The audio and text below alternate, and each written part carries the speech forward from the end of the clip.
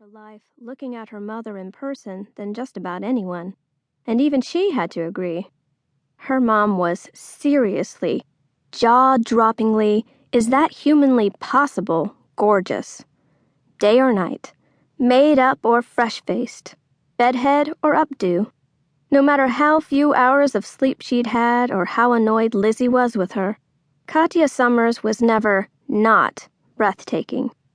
And if beauty was really the sum of a person's parts, then each of Katia's parts was almost perfect. There were the eyes that famously changed color, from turquoise to green to an exotic indigo purple, depending on her mood. The glacial cheekbones that made the lower half of her face a perfect V. Her naturally pillowy lips, and the trademark pout, caused by a small overbite her parents had never fixed. There was the thick, extension-free blonde hair that fell in waves to the middle of her back, and her lean but voluptuous body. Yes, Lizzie would think, as she looked at her mom across the breakfast table or in the elevator. Perfect. Katia was so perfect that at 37, when most other models had already hung up their Manolos, she was still in peak demand.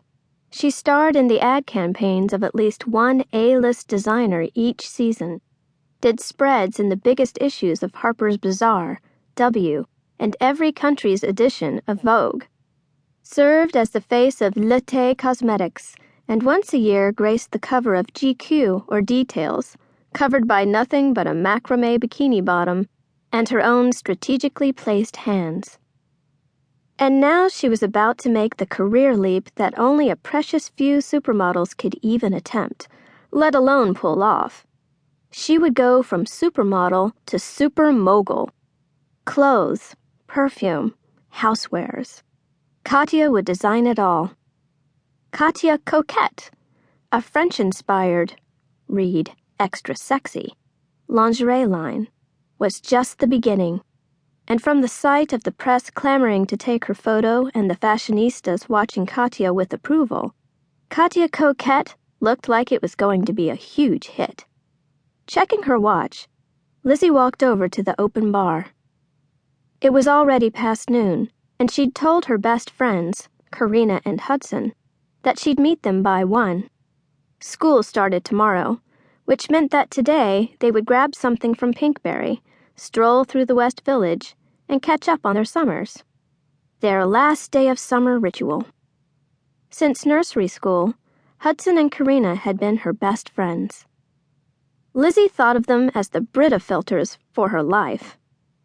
If something happened to her, good or bad, she passed it through them, and when it came out the other side, she would almost always feel better. Lizzie thought it was because the three of them had one huge thing in common.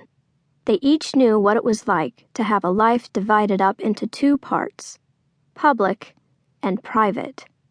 They'd even made up their own rules for how to deal with it. She leaned on the edge of the bar and slipped one throbbing foot out of her mom's 4-inch Christian Louboutin gold peep-toes.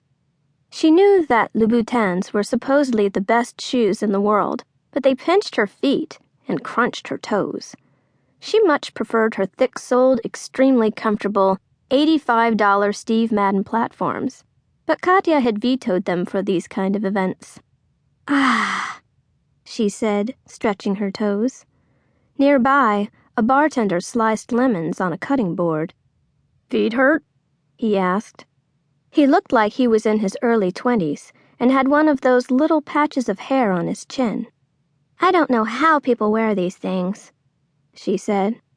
The bartender nodded, but his gaze traveled over to where Katia was still surrounded by cameras. "She's gorgeous," he said, almost slicing off a finger.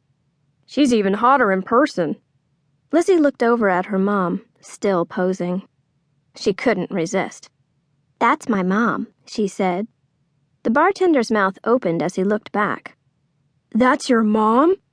he asked in disbelief. Lizzie smiled. Nobody ever believed her. "Yep," she said. "Really?" the bartender asked. "It's just, you guys don't really look anything